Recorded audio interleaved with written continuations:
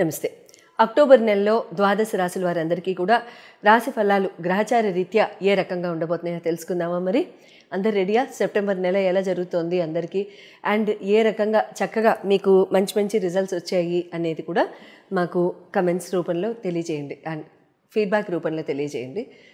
And ఈ October నెలలో రాశి ఫలాలు కనుక మనం చూసినట్లయితే మారుతున్న గ్రహాల రీత్యా, మారుతున్న గ్రహ సంచార రీత్యా కూడా అన్ని క్షేత్రాల్లో అంటే health, education, love and romance, marriage, career and business ఈ పర్టికులర్ డిపార్ట్మెంట్స్లో జనరల్గా నేను అడ్రస్ చేస్తూ ఉంటాను. ఎందుకంటే పాపులేషన్కి జనరల్గా టచ్ అయ్యే ఈ ఆస్పెక్ట్స్ ఇవే కాబట్టి మనకి.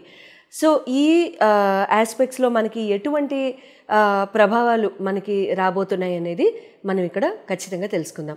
తులారాశి వారికి అక్టోబర్ నెలలో గోచార రీత్యా మీకు ఎటువంటి ఫలితాలు ఉండబోతున్నాయో తెలుసుకుందామా? మరి ఇంకెందుకు ఆలస్యం, రండి. గ్రహాలన్నీ కూడా ఎటువంటి చకచక బ్యూటిఫుల్ రిజల్ట్స్ ఇవ్వబోతున్నాయి మీకు అనేది ఆనందంగా ఆహ్లాదంగా అందరం కలిసి మాట్లాడేసుకుందాం. తులారాశి వారికి మీ రాశి అధిపతి శుక్ర భగవానుడు కేతుతో కలిసి లాభస్థానంలో గోచారం, తర్వాత గురు భగవానుడు భాగ్యస్థానంలో, శని భగవానుడు షష్టమ స్థానంలో, రాహు పంచమంలో, రవి బుధులు ఇద్దరు కూడా వ్యయ స్థానంలో, 12వ స్థానంలో, కుజ భగవానుడు మీ రాశి అందే సెప్టెంబర్ 13 నుంచి గోచారం చేయడం జరుగుతుంది. Health, self, individual personality, immunity, మీరు మీ పర్సనాలిటీని కండక్ట్ చేసుకునే విధానం చూసినట్లయితే కాన్ఫిడెన్స్ చాలా చక్కగా పెరుగుతుంది. మీ జీవిత భాగస్వామి యొక్క సపోర్ట్, మన్ననలు పెరుగుతాయి. మాది హెల్త్ అన్నావు, జీవిత భాగస్వామికి వెళ్ళిపోయావేంటి? సింపుల్ అండి. ఒకటి, మనిషి ఆనందంగా ఉన్నప్పుడు సగం రోగాలు పోతాయి, సగం ఏమిటి పూర్తిగా పోతాయి, అంతేనా?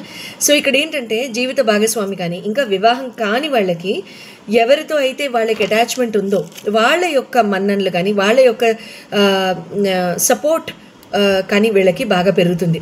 అటువంటప్పుడు వీళ్ళ మానసిక స్థితి అనేది చాలా చాలా ఆహ్లాదంగా, సుఖంగా, టెన్షన్ లేకుండా, స్ట్రెస్ ఫ్రీగా ఉండడానికి అవకాశం ఉంటుంది.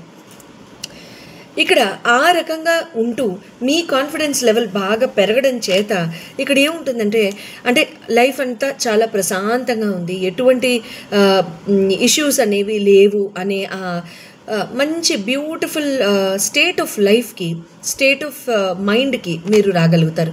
సో ఇక్కడ సకల వ్యాధి నివారణ జరిగిపోయినట్టే ఒక రకంగా.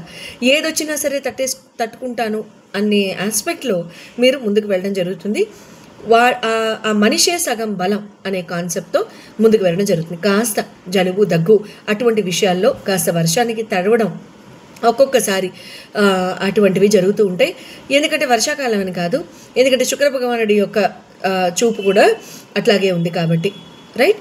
సో ఇక్కడ ఎడ్యుకేషన్ అండ్ లవ్ పరంగా కనుక చూసుకున్నట్లయితే పంచమ స్థానాన్ని చూస్తాం కాబట్టి శని భగవానుడు అవుతారు మీకు.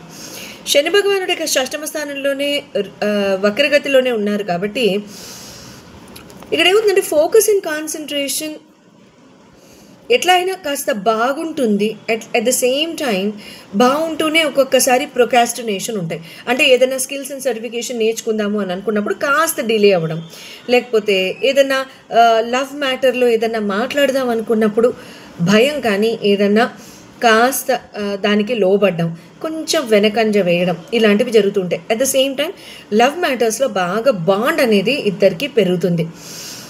ఇరువురు కూడా చాలా చక్కగా ప్రేమగా, అనురాగంతో, చాలా ఆప్యాయంగా పెరిగిన బాండ్స్తో, స్ట్రెంగ్త్ అండ్ బాండ్స్తో ముందుకు వెళ్ళడం జరుగుతుంది. మ్యారేజ్ పరంగా కనుక చూసుకున్నట్లయితే సప్తమ స్థానాన్ని చూస్తాం కాబట్టి కుజ భగవానుడు వచ్చి మీ రాశి అందే సంచారం చేస్తున్నారు కాబట్టి డీపర్ బాండ్స్, డీపర్ అటాచ్మెంట్ చాలా చాలా పెరుగుతాయి. ఇక్కడ మీ లైఫ్ పార్ట్నర్ ఆల్రెడీ ఉన్నట్లయితే, పెళ్ళి కాని వాళ్ళకి ఎవరితో అయితే మీకు వివాహం కానున్నదో వాళ్ళతో బాగా బాండ్స్ పెరగడం లాంటివి జరుగుతాయి. అంటే ఒక భార్యాభర్తల రిలేషన్ ఎంత స్ట్రాంగ్గా ఉంటుందో, ఎంత అన్యోన్యంగా ఉంటుందో, ఎంత ప్రేమగా ఉంటుందో, మధురంగా ఉంటుందో అంత మధురంగా మీ రిలేషన్ అనేది ముందుకు వెళ్ళడం జరుగుతుంది. ఆ దోవలో ఇదంతా కూడా మీకు నడుస్తున్న మ్యాటర్ అంతా కూడా అట్లాగా దారితీస్తుంది.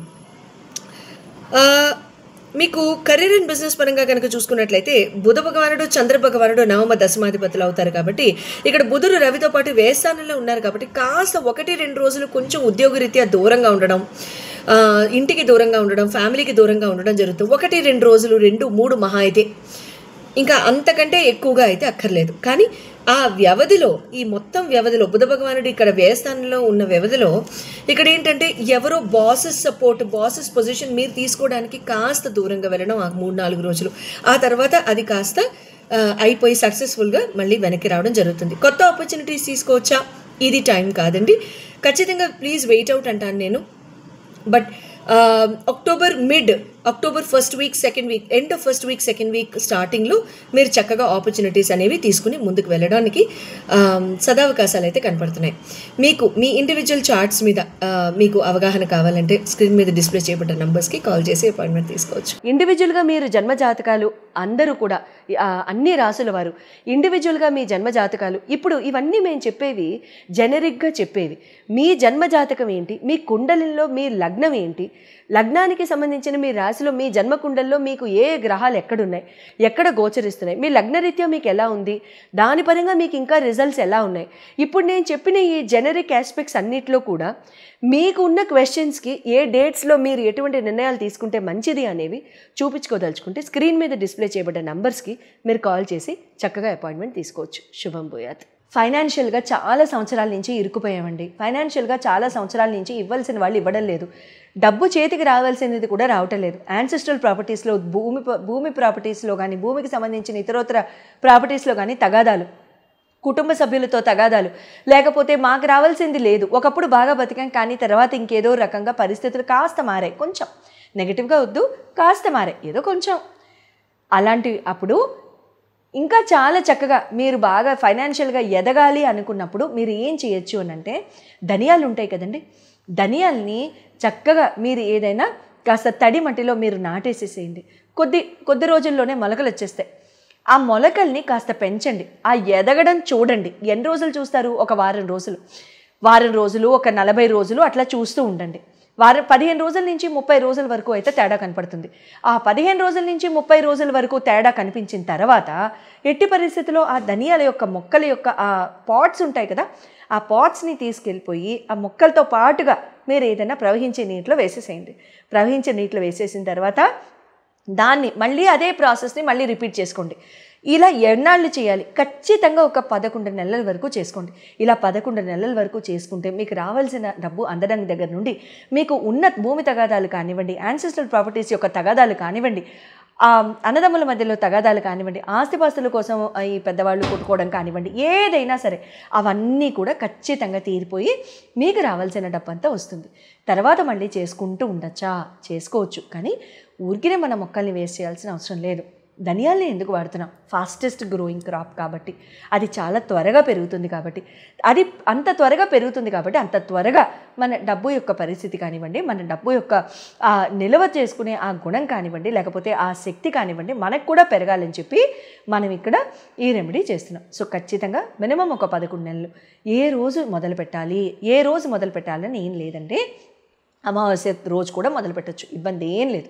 మంగళవారం ఒక్క రోజు మొదలు పెట్టద్దు, ఎందుకంటే మళ్ళీ చేయాల్సి వస్తుంది. మళ్ళీ ఎప్పుడు చేస్తాము? మళ్ళీ పరిస్థితి మారితే చేస్తాం. ఎందుకు కోరుకోవడం? శుభంగా చేసుకోండి. మంగళవారం మంగళప్రదమైన రోజే. కాకపోతే ఏంటంటే తీర్చేసేవి ఏమన్నా ఉంటే మంగళవారం చేయాలి తప్ప పెంచుకునేది ఏమన్నా ఉంటే మాత్రం అలా చేయాల్సిన అవసరం లేదు. శుభం భూయాత్.